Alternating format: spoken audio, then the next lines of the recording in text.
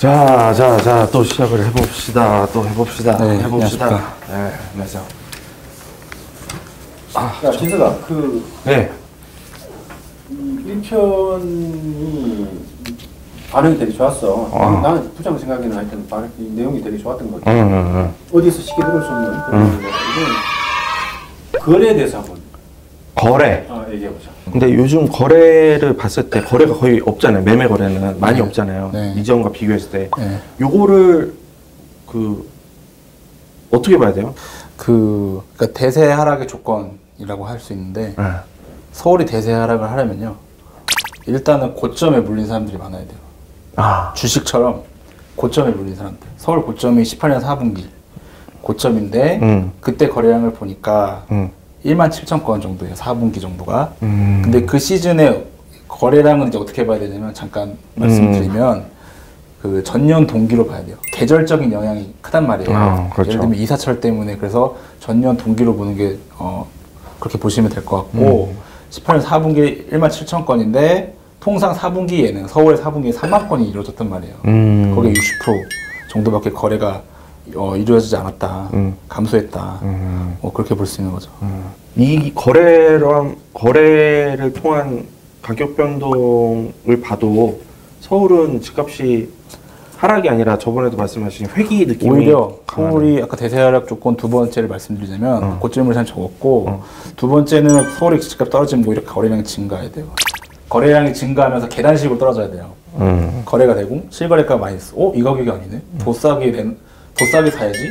또 거래할 때 주고 더 싸게 사야지. 이게 실거래가 갈수록 계단식으로 떨어지면 많은 게 확신이 된단 말이에요. 매수자가 야 이거 더 싸게 됐는데 인력 더 싸게 했는데 난 더 싸게 내려야지. 또 거래가 많이 됐다. 보내릴 수 있겠네.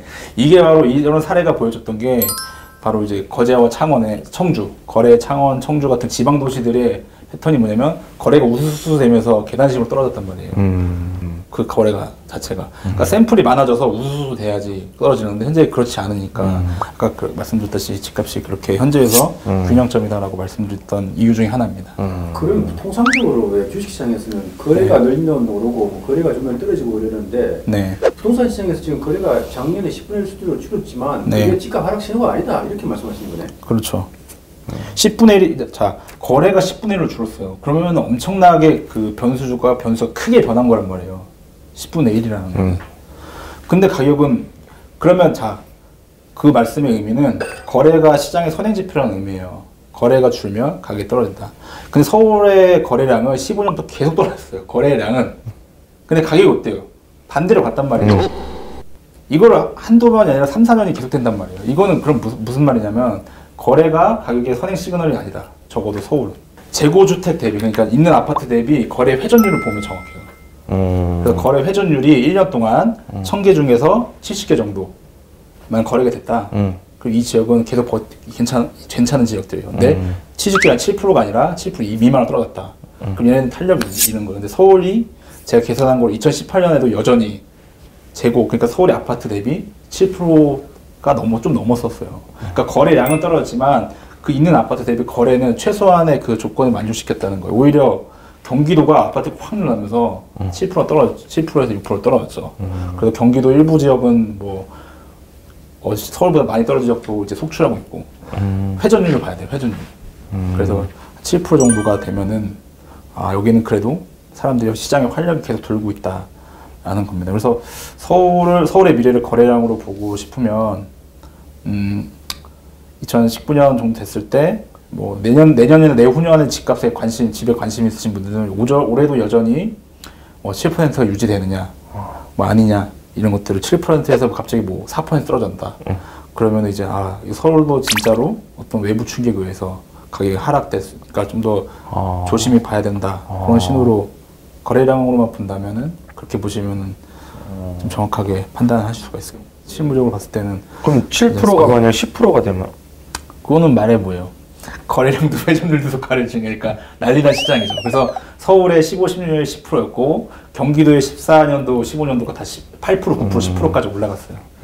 그러니까 그것은 당연히 화랑이겠죠. 네. 그렇게 되는구나. 그럼 원래 그러면 지금 내년에 10% 수준이라 그러면 그게 이미 그 아까 말씀하신 기준이 7%였잖아요. 네. 그 밑으로 내려와 있는 거 아닌가 모르겠네요. 숫자가. 내려와 있을 수도 있죠. 근데 그거는 이제 올해까지 지켜봐야 하는 것이고요. 네. 연간으로 봐야 된다는 거죠? 연간으로 보면.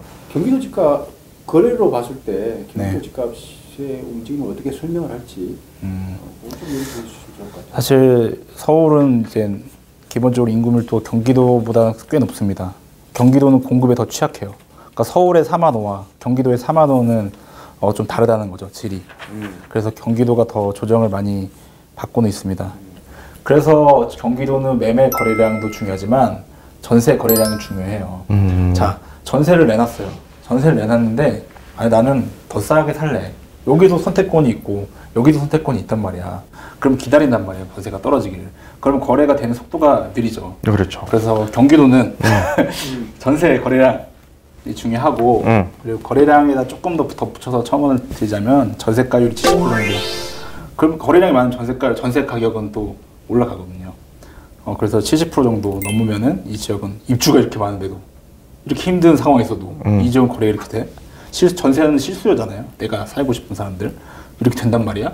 이걸 데이터로 쉽게 알 수 있는. 전세가율을 보는 게 좀 더 편리할 수도 있죠. 되게 편리합니다. 요즘에 전세가율이 높은 지역이 좋다는 말씀이신가요? 경기도는 그렇습니다. 서울도 그렇지 않아요? 서울은 전세가율을 판단하기 어려워요. 자, 강남 전세가율 50%잖아요. 그렇지. 워낙 이제. 자, 강북구 전세가율 70%입니다. 어디가 좋습니까? 강남이 더 지금 가격이 더 높고 가격이 그렇죠. 그렇지. 예, 그래서 서울은 아까 말씀드렸다시피 좀 다른 도시예요. 왜냐면 서울은 가격이 매우 높기 때문에 어떤 자산가들이나 아니면 상속 이런 분들이 하는 거고 경기도는 내 근로소득으로 받쳐줄 수 있는 소득 자체가 그러니까 일반 근로소득으로 따질 수 없는 데가 바로 서울이에요. 그래서 그렇게 좀 다르게 봐야 됩니다. 전세가율로 서울을 보기에는 근로소득으로 서울의 집값을 집을 사기엔 너무 편차가 많이 나기 때문에. 자, 이번 그 거래가 줄었는데 줄어든 이유가 뭐라고 보세요? 거래가 줄어든 이유는 첫 번째로는 역시 공급이 늘면서 선택권이 많아지고 의사결정 속도가 늦어졌어요. 내가 굳이 지금 거래를 사야 돼? 두 번째는 사이클입니다. 어느 시장이든 우리나라 대한민국의 사이클 빅데이터를 보면은 많아야 길어야 3, 4년이 호경기예요. 지금 호경기가 끝났어요. 이미 15년부터 16, 17, 18, 15, 16, 17, 18, 14년도, 13년도를 저점으로 치죠. 그러면 14, 15, 16, 17, 14, 15, 16, 17, 18, 5년까지 지금 올랐단 말이에요. 그런데도 거래가 증가한다는 것 자체가 사이클상으로 말이 안 되죠. 그래서 사이클 당연히 자연적인 현상입니다. 이렇게까지 폭등을 했는데 또 폭등했다는 건 가격이 엄청 높아진 건데 그럼 처음에 뭐 3%, 4% 올 땐 괜찮은데 10%, 20%, 30% 가격이 너무 올랐어. 그건 주식도 마찬가지죠. 이렇게 비싸지면 살아야 되나? 고민이 더 깊어지는 것이죠. 이 시점에서 사야 되나? 네. 대출 규제 같은 것도 요인이죠. 대출 규제는 사실 서울에 국한합니다. 서울이 10억짜리 넘는데 대출 규제 해버리면 사실 상속이나 사실 증여로 일반 도시 근로자들로 기자님도 뭐 다 근로자 소득인데 대충 굴려보면은 내가 몇 년 동안 안 쓰고 모아야 살 수 있는 게 말이 안 되거든요. 그러니까 서울 대출 규제는 서울에 국한되는 것이고 뭐 경기도 일부 지역 그러니까 뭐 3천만 원 넘는 과천이나 거의 준서울, 광명 걸 제외하고는 사실은 대출 규제 뭐 그런 것으로도 영향을 받지는 않습니다. 10분의 1이라는 거예요.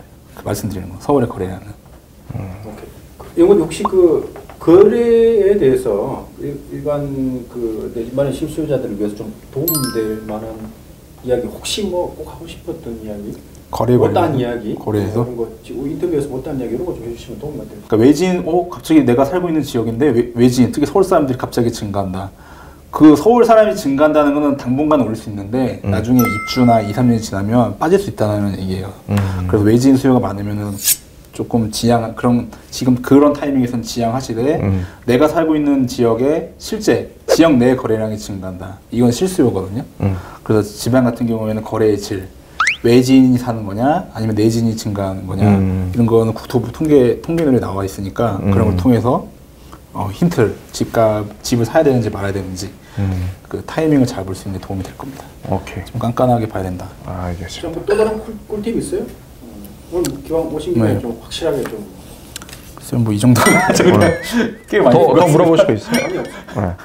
오케이.